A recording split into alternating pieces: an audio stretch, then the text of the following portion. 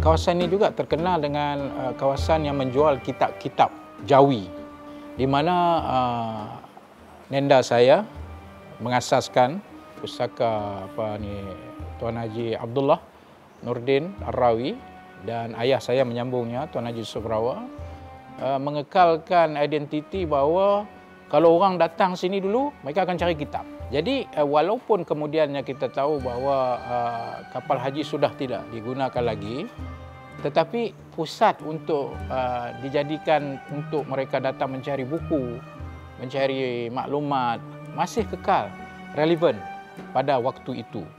Dan dulu sebenarnya ada banyak, bukan banyak, tapi ada beberapa telaga-telaga dibina untuk orang mendapatkan air daripada dalam tanah, dan kemudian ditimbuslah. Cuma sekarang yang kita dapat nampak tu adalah di kawasan masjid saja. Kalau kita tengok yang beza tu, dia punya kolah tempat kita nak ambil wuduk ni. Dulunya asalnya kolah ni, semua kolah ni berbuat daripada batu bukit. Batu asal yang kita lihat masa di bawah tu, lah ni dah tukar untuk menggunakan mozaik. Dan juga dulu ni, belum kita pakai mozaik, kita pakai batu. Batu tu yang saya tahu, mai daripada Pakistan. Batu tu, dia berbentuk batu ban. Berbentuk macam roti ban. Dia macam melengkung, tinggi, warna merah. Batu tu, satu kelebihan batu tu, bila hujan, dia jadi panas, suam. Bila panas, batu tu jadi sejuk. Tapi sayangnya batu tu hanya ada sedikit lagi di dalam sebelah makam. Kalau kita masuk di makam Tunku Syed Hussein Al-Aidid, batu tu masih ada.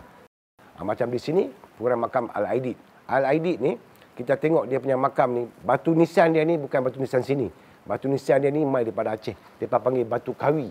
Di keliling dia tu ada banyak kayu-kayu. Kayu yang buat batu nisan. Kayu-kayu tak makan anak-anak bang. Sebelah yang buat baru yang tutup keliling dia tu, habis makan anak-anak. Tapi kayu yang ada di atas, kayu asal yang ada di dia punya segi, yang buat segi tu sampai ke hari ni. Nak kata anak-anak makan pun tak, apa pun tak, sampai ke hari ni lah. Dari cerita masyarakat tempatan, menara ini pernah musnah dibom oleh penjajah Jepun. Namun selepas itu, menara yang mempunyai 130 anak tangga ini dibangunkan semula dan kekal sehingga hari ini. Sebenarnya apa yang kita lihat hari ini adalah yang telah dibina semula ataupun diubah suai kerana telah melalui banyak adegan-adegan sejarah, termasuklah Perang Dunia Kedua, di mana menara masjid telah rosak dan terpaksa dibina semula dan diperbaiki dan sebagainya. Dan waktu itu saya punya arwah Tok Wan saya, Haji Abdullah, meninggal kerana waktu serangan bom itu dia sempat bersembunyi di dalam masjid ini. Kemudian dia ada tertinggal satu amanah yang dia pegang selama ini. Dia masuk balik kedai, dapat dah amanah itu, ketika dia nak masuk tu kebetulan jatuh bom, meninggal dia. Salah satu yang terjejas teruk ialah menara. Menara Masjid Melayu dulu ni, sebab apa dia bina menara ni? Sebab masa tu kita belum ada loudspeaker, kita belum ada audio ni. Depa naik di atas tu azan, 2 tingkat di atas, sampai di atas, satu kita panggil, kita punya walkabout tu, jalan bulat tu, satu lagi boleh naik di atas tu ada pangkit. Orang dulu saya dekat kata lah, orang dulu banyaklah kalau nak mengasingkan diri, depa banyak duduk dekat atas tu lah. Kerana dulu sebelum ditambak ni, laut sangat dekat lah. Jadi menara itu juga mainkan peranan sebagai kita panggil tower untuk meninjau lah. Malah dulu ada meriam di atas itu. Ada meriam. Meriam itu kemudian dibuat turun lah. Ya. Dulu kita boleh bagi naik atas. Orang boleh naik atas, nak tangkap gambar dia. Atas memang cantik nampak. Tapi oleh kerana dinasihatkan kayu yang dipakai itu takut orang duk naik. Takut dia rosak. Sebab kayu tu kita maintain kayu yang asal. Masa zaman 100 tahun lalu. Tapi kita kena kekalkan yang asal. Contohlah kalau saya nak tukar satu bahagian di sini, saya kena korek dulu. Tengok asal punya apa dia. Pakar akan mengesahkan. Apa yang bahan asal tu, kalau saya nak buat, saya kena ikut bahan asal tu untuk saya nak bagi elok balik. Jadi kos dia pun boleh tahan juga lah. Jadi pengurusi masjid yang bertaraf warisan ini di bawah UNESCO tidak mudah. Kena sensitif. Kerana akta itu juga tertakluk kepada penalti. Kita boleh dikenakan hukuman kalau menjejaskan apa saja asal rupa bangunan ini. Jadi satu cabaranlah pada pengurusi. Masjid ini telah didaftarkan sebagai bangunan warisan kebangsaan pada 17 hari bulan Oktober 2018. Ketika diwartakan kawasan ini sebagai World Heritage ataupun UNESCO warisan dunia, maka dimasukkan dalam lengkungan lengkungan Islam, termasuklah kawasan masjid kami ini. Masjid ini memang terkenal hari ini bukan saja pelancongan tetapi juga sebagai satu simbol kepada menyatu padukan rakyat Malaysia melalui program-program keharmonian yang kita gerakkan bersama dengan semua komuniti di sini.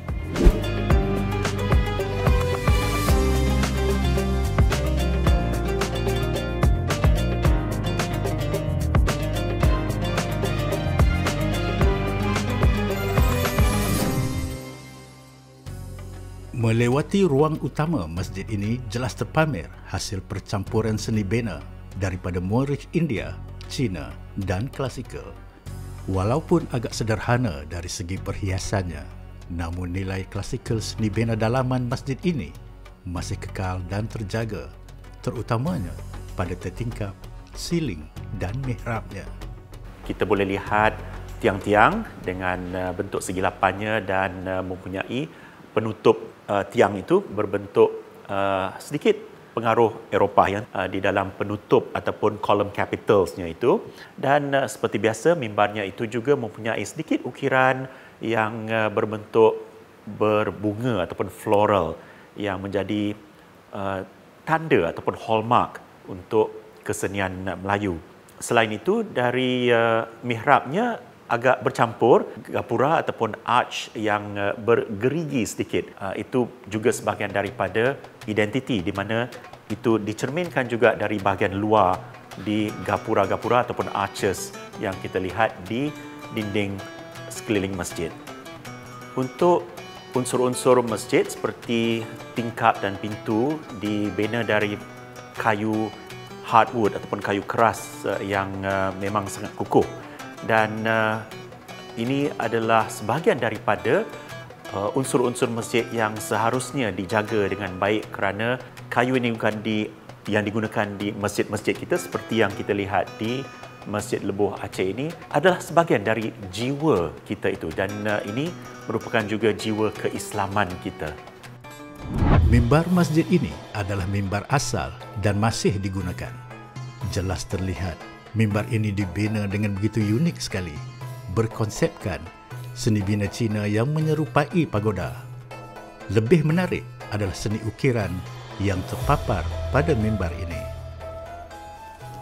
Di antara perkara yang menarik tentang Masjid Lebuh Aceh ini juga ialah kolahnya, di mana kolah itu telah dikorek dari dalam tanah dan telah ditinggikan di kelilingnya supaya mudah untuk orang mengambil wuduk.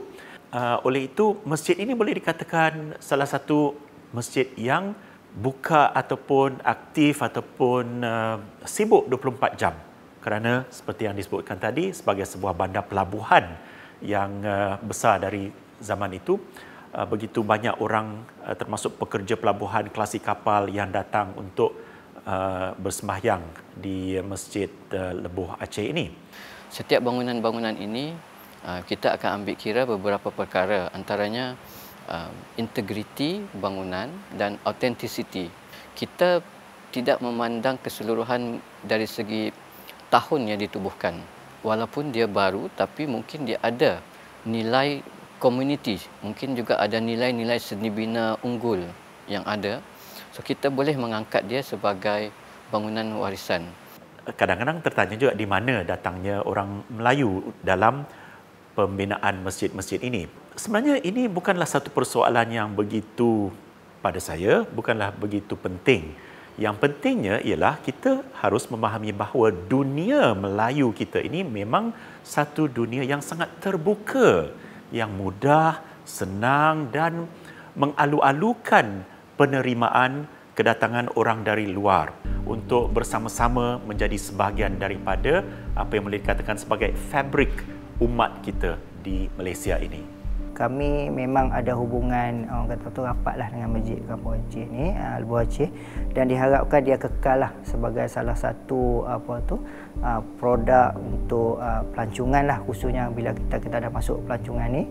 Dan yang paling penting pemeliharaan adalah supaya dia kekal lah sebagaimana sedia ada. Dan juga bila kita sebut Penang Georgetown ni dah tentu UNESCO kan, itu ada kaitan jugalah. So perkara-perkara sedemikian saya harapkan dapat dilihat dan dipertimbangkan sebaiknya lah, khusus untuk pengurusan masjid dan juga pihak berkuasa lah, sama ada berkuasa negeri, berkuasa tempatan, untuk terus melestarikanlah Masjid Lebuh Aceh. Masjid Lebuh Aceh Pulau Pinang, sebuah seni bina agung dan ikonik yang menjadi mercu tanda kebanggaan negeri Pulau Pinang. Masjid ini menyimpan pelbagai sejarah berharga tamadun Islam di Pulau Pinang. Di sinilah bermulanya perkembangan ekonomi, sosial, budaya dan juga pendidikan masyarakat Islam berbilang kaum. Lebuh Aceh suatu ketika dahulu bukan sekadar lorong kecil, malah pernah menjadi tumpuan pedagang antarabangsa yang datang ke Pulau Pinang. Inilah warisan kita, inilah saksi bisu yang melihat segalanya, sehingga kita berjaya mencipta kemerdekaan dan berdiri sebagai sebuah negara bangsa yang berjaya.